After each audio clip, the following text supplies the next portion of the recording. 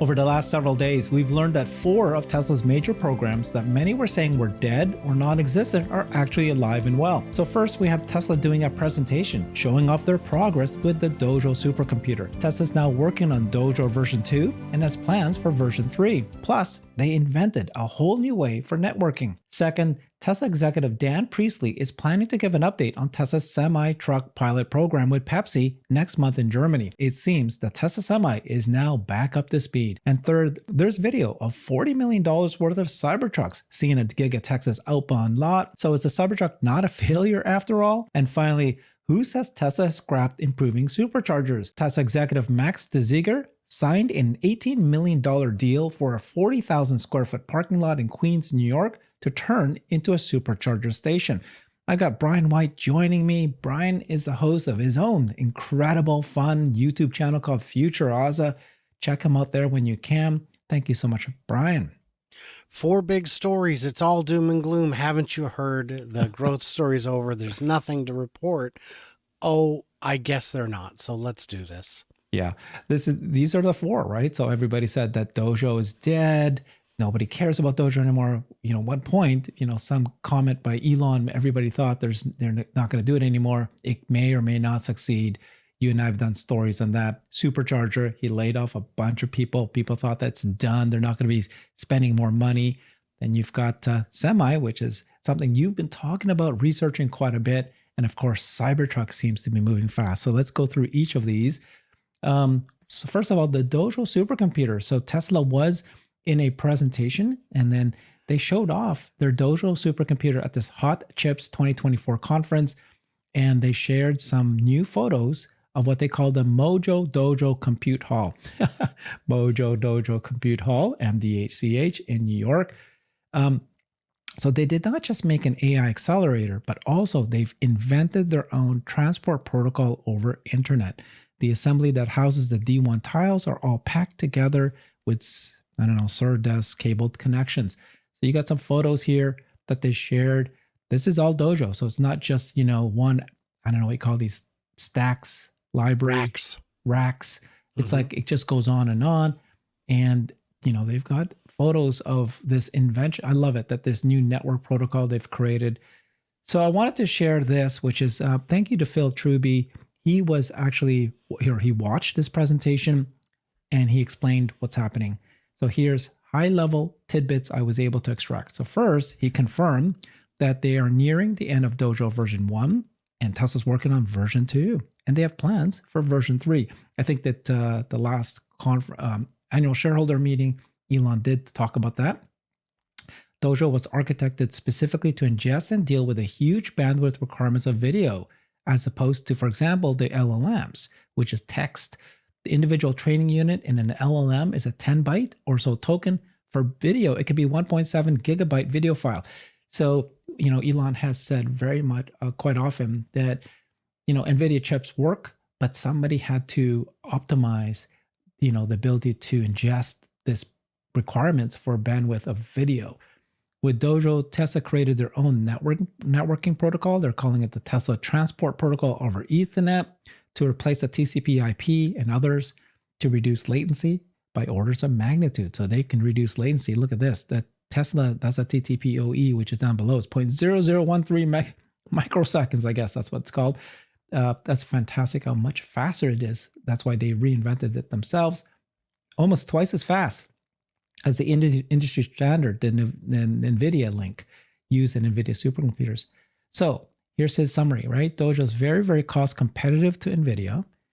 So people will ask, why isn't Tesla using Dojo in production rather than the 100,000 NVIDIA H100s they supposedly have in their new Cortex data center at Gigafactory Texas? Well, he thinks Tesla hasn't told us, but I can guess that NVIDIA still retains a significant lead in on-chip compute. Tesla's tile architecture is amazing and probably better than what NVIDIA has as far as chip-to-chip integration goes, but NVIDIA's actual chip itself is probably much better than the Dojo chip. This is his only guess. At any rate, Tesla continues to work on Dojo. Given NVIDIA's high pricing, at some point, it will make more sense to switch over to Dojo for new capacity, and then he's going to give more editorial as we go along. So this idea that Tesla, can you imagine? Here's Tesla creating their own chip. Here's NVIDIA, been doing this for decades. and they're not quite as good, but they're getting there. What's your But they're thoughts on still this? in the running. They're still Yeah. right there. They're close enough that that's a speculation you must make. So when I talked with the engineer at IBM who was on the team whose job it was to, now he couldn't tell me anything about what IBM is working on, but I asked him about Dojo and he said, "Oh, I know that chip well. My team was the one responsible for going through it to determine if it infringed on our IP." So this guy is a very senior chip designer, developer. So I asked him, why is it late? Why is it running so late? Is it ever going to happen? I keep hearing these rumors. It's just not going to happen. And he said, late? No, this is a pretty normal development cycle. If you don't see it in the next 2 years, this is less than a year ago. If you don't see it in the next 2 years, then it might be running late because there's so many steps from the time you have even a working prototype to the time you actually get to roll it out and use it. Then another point that was brought up in those that you saw there was, well, they're working on Dojo 2 with plans for Dojo 3. Yes, they are. Because as soon as you're design locked on it, you are locked. The only changes you're going to make after that are to fix problems, not to make the chip better. If you don't stop, you are going to never release a chip. So unlike cars where you can change a door handle or a piece of trim along the way, chips are complete things. They have to be done.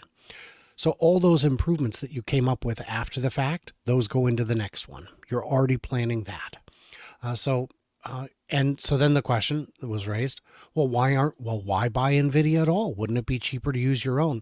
And I think this is where they're just being smart and pragmatic. What if something doesn't work? What if this does not work at all? Now, what if there's a chance? The chance may be low. The chance may be 1%. Are you willing to take that gamble? We will use the ones that we know for sure with 100% certainty actually work while building our own that also should have almost 100% chance of working. Now, maybe it's 90%, maybe it's 99.5. I don't know that answer. But one thing we did see is that it is working, and it appears to be something that they will be able to ramp within 6 months or so, and that the defect rate on them, the Taiwan Semiconductor had a presentation, a big event recently, about a month ago, where they said that the defect rate on these is very, very low, like 1 in 1,000 has a defect. That would make it incapable of being used. So that means all the pieces are coming together and we're getting to see them actually rolled out and put in use, which is what we're waiting for. Okay, so Dojo supercomputer is alive and well, and it's moving along quite nicely. They're talking about version 2 and version 3. Actually, I think it's also the opposite. You were saying that, for sure this is going to work. Actually, it's the risk that Tesla is trying to solve is the fact that they can't guarantee that they can buy NVIDIA chips. Everybody's trying to buy NVIDIA chips. And so he's saying, Elon said it, right? NVIDIA is the belle of the ball. Everybody wants them. We need to buy more than they might be able to give us. They're going to charge higher prices and higher prices because the demand is there. Who's to blame them? We would do the same thing. We need to create our own chip. But just think about it, right? Tesla has created their own supercompute. You follow this so closely. The Tesla Gigafactory, the Cortex, they're calling it, 100 NVIDIA H100s. They're building something even bigger in Memphis for XAI. And then now they have their Dojo chips. So they'll buy as much as they can from NVIDIA, from any chip manufacturer. They'll build their own. And it's just fantastic. So Tesla has the real potential to be the super leader in this place. Yeah. I did also see a really terrible article from a publication whose name I'm not even going to honor with mentioning, but the publisher said, "Oh, what a joke. These are all air cooled. I thought they were going to be liquid cooled." And I responded saying, he said, "Sources tell us." I go, "Was your source anyone who has ever worked in a data center? Because you can hear the air cooling, and just from the drone footage, you can see that the cooling system is not finished yet." A neat thing you can see in the drone footage is when it's looking into the building, you can see just how massive the plumbing setup is to cool these. I mean, we're talking 2-foot pipes that are, able to transfer a lot of fluid very quickly. Yeah. What I like So about Tesla is that they obviously know how to do things. They know how to manufacture factories. They know how to build data centers fast. It's incredible. But then they'll invent things.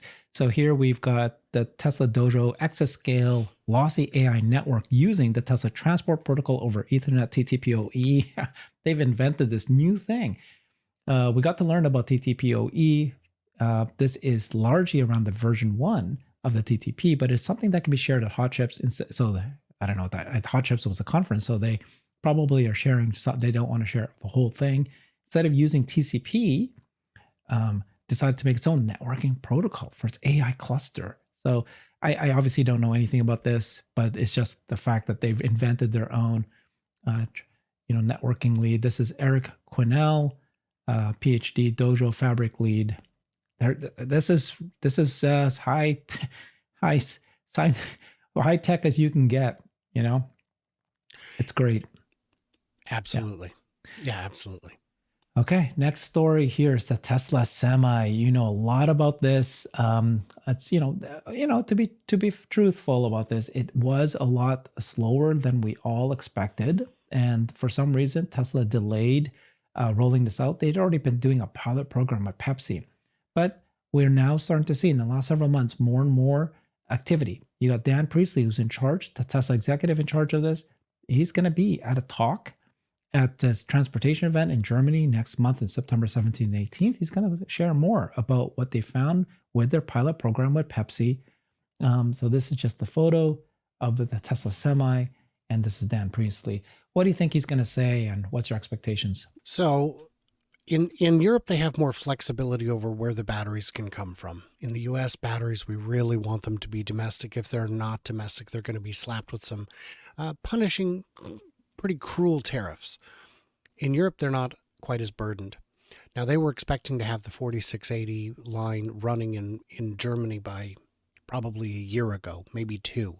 But they prioritized getting it running in Texas first to take advantage of the IRA. So that factory has not yet begun production. Can you get enough 2170s to build semis in Europe without having some of your cars being made with 4680s at the same time? Tough to say. But now it doesn't matter quite as much because you can get the batteries from China. So they can build the semis in Berlin for the European market using Chinese batteries without it being a problem. And there was talk about revising the road standards to allow EVs to be slightly longer. But I think what we're going to hear is the truck is now shorter, that we've made did some subtle redesign to make it European road compliant, and that we can build this in Europe and that we can start selling them in a year and a half or so. So that's what I'm expecting them to say. And it may have less range than the US version because Europe is very dense and they may not need as much. For longer over the road stuff in Europe, they generally tend to use rail instead. So I think we're going to see an announcement that says construction for the factory will begin soon. Okay, that's new. I did not know. I wasn't expecting that. We did see Tesla semis being delivered to Giga Berlin. We did hear Elon say that Giga Berlin will be building Tesla semis in the future. So this is probably what they're going to talk about. But this new design, that's interesting. Yeah. It may not even be noticeable. The ones that they shipped over may have been built to the European specification, and we just can't tell because we don't see them next to something that gives us an adequate frame of reference. Okay. And then they did also announce that Tesla Semi will have a factory. The factory is already being built or being moved along here in the US, right? Nevada. And it's like 50,000 capacity per year. You following that closely? Yes. Yes. It appears to be well underway. Just yesterday, they went vertical with the steel. And one thing you mentioned a minute ago is how Tesla moves quickly. Most companies would not start building cars before the factory's finished. We saw with Tesla, they were absolutely building cars while the factory was still under construction. They wouldn't turn on the data center until all of the walls are up. You know what? Just put up some interior walls so we can keep it sealed. fire it up. And we're seeing the same thing with this, where the cranes to erect the steel did not arrive in time. So they've gone vertical with the steel using man lifts, using cherry pickers. And it is, I was convinced that was not something they were going to do. I thought they're in storage for interior fitting or whatever.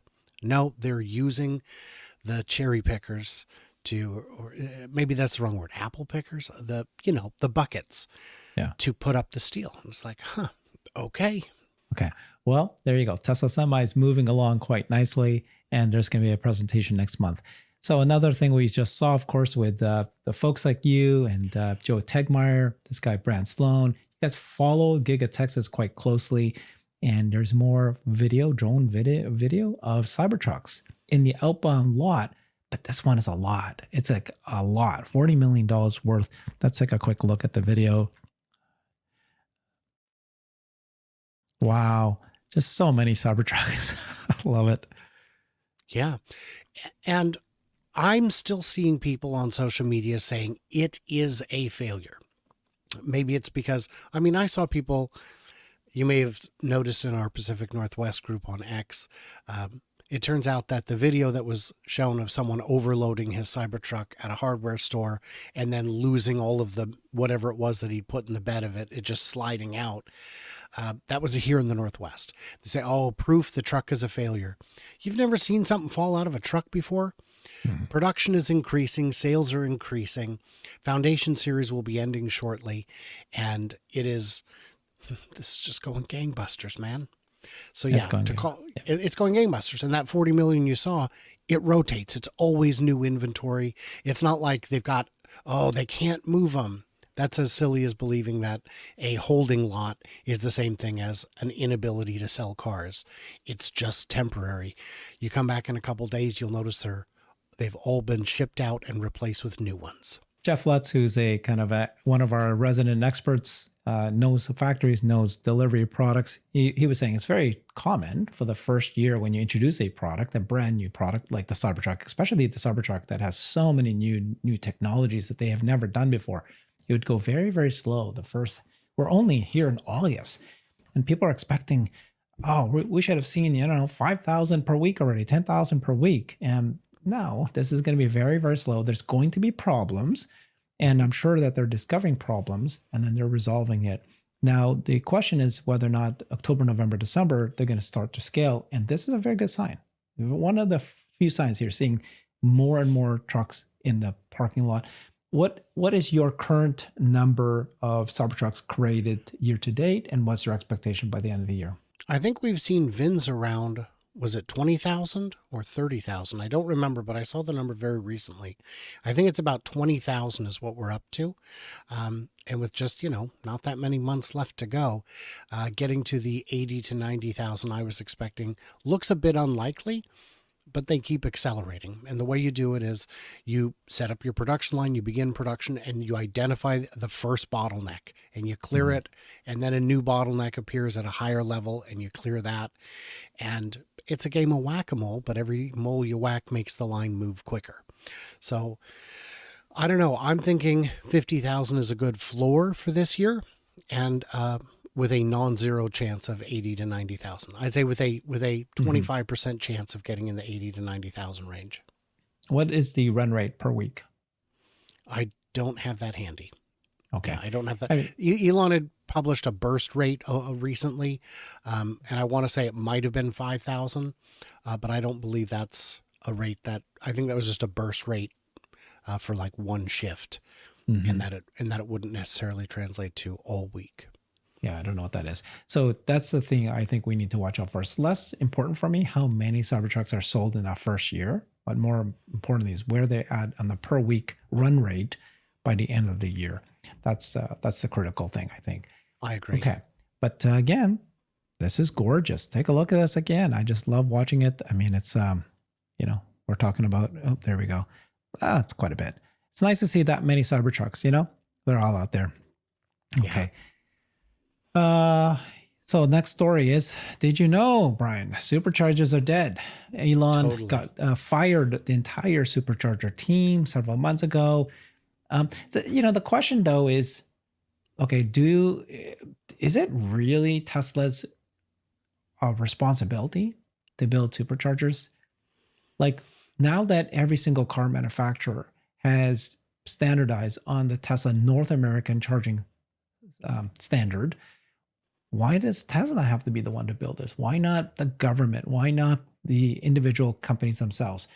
But of course, we're going to show you a report here today that Tesla is spending money and they're continuing to roll out new superchargers. And the government is just released a new funding for this grant as well. So, yeah, what were you going to say? So, well, to answer that, why does Tesla need to? Because Tesla's big objective is they want the transition to happen. Their network is the most reliable. Right now, bearded Tesla guy and Tesla Tino, Justin and Raphael, are driving 2 Cybertrucks to the Arctic Circle. And they are now past the supercharger network. They're stuck with all these smaller companies. They'll pull up, there's 4 stalls. It takes 10 minutes to get one that's going to work, and then it charges slow. It's a nightmare. So why does Tesla have to do it? I suspect they find it's their moral imperative to be the ones to lead because no one else is doing it as well. Should the government step in? Yes, and they have. Should Tesla give that money to? Should the government give that money to Tesla? Yes, and they do. Tesla is the largest recipient of those funds. There's a lot of complaints that, well, they spent all these billions and only got a few dozen or a few hundred chargers. Right. Those are the ones that are finished. They haven't spent all the money. They've only allocated the first amount of the first block of grants. You have to go out for bid. You have to win the bid. You have to get your permits. You have to build, and then you have to get your permits signed off. It's a process. So this first round of funding is going to result in hundreds, maybe thousands of chargers, and then the next block goes out. So all of these things are happening. And why are we all doing it? Because we're stronger together. You can wait for the government to get you to space, or you can do that while you're getting to space on your own terms. Starship is something that SpaceX never would have been hired to build. And they knew that. That's why they just built it. And it's once again going to revolutionize things. They would not have gotten the amount of money they needed to develop a reusable rocket, but they knew they needed one, so they did it. So you can do both things at the same time, and that appears to be, with the charger network, what they're doing. Mm-hmm. Okay, so Tesla just was reported here that they have spent $18 million for this Queens parking lot so they can build charging stations. There's a guy named Adam Gordon, I guess, who owns a organization called Wildflower, and Wildflower, I guess, owns these lots out there. So for a 40,000 square foot parking lot in Queens, New York, Tesla picked up that lot through a Tesla US property holdings. The property will be developed into an electric vehicle charging stations, according to director of Tesla, Max de Ziger. He's in charge of the charging business. They signed a deal for the Tesla, according to city records, that was made public on Monday. So yeah, so this is, they're spending money. Now, some people are saying, hey, the reason they're doing this, $18 million for this 40,000 square foot parking lot in New York. Why do you need that big of a parking lot in New York? You could have just gotten rid, maybe smaller size. Some people are thinking this could be the robo-taxi, cleaning station and the robo-taxi charging station. Could be. 40,000 is actually very small. When you think of a 40,000 square foot building, it sounds quite big, but then include the parking lot around it and you'll see the property is 4 or 5, 8 times bigger. So 40,000 for the entire parcel just means that they've got it in a good location, I'm guessing, because 18 million for a lot. Wow. Eye-watering. But even still, if it is quite big, maybe it'll be a 50 stall, 100 stall kind of station. Hopefully it'll be outfitted with version 4 or at least the version 3.5 cabinets, so that turnover is very quick. And it would be ideal if you're going to be servicing other people's robotaxis to have them all charging in a central location, so you can have one person whose job it is to clean them out, or the car can say, hey, I'm 4 pounds low pressure on the right front. Some guy can just run over and do it. There's enough cars there. There's an economy of scale. You can make it work. So that's proof that Tesla is continuing to spend money on that. And then finally, we've got this. This is announced just August 27th, yesterday. It says here, investing in America, number of publicly available electric vehicle chargers has doubled since the start of Biden-Harris administration. Of course, that's kind of a positioning statement. But now they're awarding $521 million in grants to continue building out this national EV network. And that's great. They should be funding this. And again, I keep pointing out to people often, it's not about the politics here, not about one party or another. This is a kind of like an economic warfare with China. And so, the US should fund these because that's what they're doing in China. And so you want to compete fairly, you got to compete fairly. So this is building out infrastructure across 29 states, 2 federally recognized tribes, and the District of Columbia, the deployment of 9,200 EV charging points. This is their announcement. Again, one of the big criticism is that it doesn't sound like that they're actually making movements. You've kind of gave your explanation for that. 9,200 will be deployed across 29 states. EV adoption, reduce emissions, create jobs, particularly in the disadvantaged communities. Programs like this Charging and Fueling Infrastructure Discretionary Grant Program and the National EV Infrastructure Formula Program are key to expanding the EV charging network. Justice 40 initiative aiming for 40% of benefits to flow to disadvantaged communities. The funding is part of the bipartisan infrastructure laws efforts to boost EV infrastructure. So sounds all good. Now they need to implement it. And that's the question. I mean, I feel much better if they did that to Tesla, who's proven that they can create, incredibly well-loved, really efficient supercharging stations instead of these other companies. Now, maybe you'll argue those other companies are going to fail and they'll die, but they're so bad right now. Hopefully it's not money thrown away. What do you think about this program? I think the program is necessary. I was having a conversation with a gentleman the other day, and a friend of mine who's much older than me, and he was saying that he doesn't support electric cars generally. Mm-hmm. And I said, but with electricity, you can make it anywhere. You can make it at your own house. You can make it locally. And EVs represent a path to energy independence. No more fighting over who gets the oil. We have our own power. This is a national security issue. It's our economic security and it's our national security. And China recognizes that. That's why they're pushing so hard to be energy independent. And they're, when they make a policy, it just stands. It just happens. So you can look to what they're doing to understand their strategy.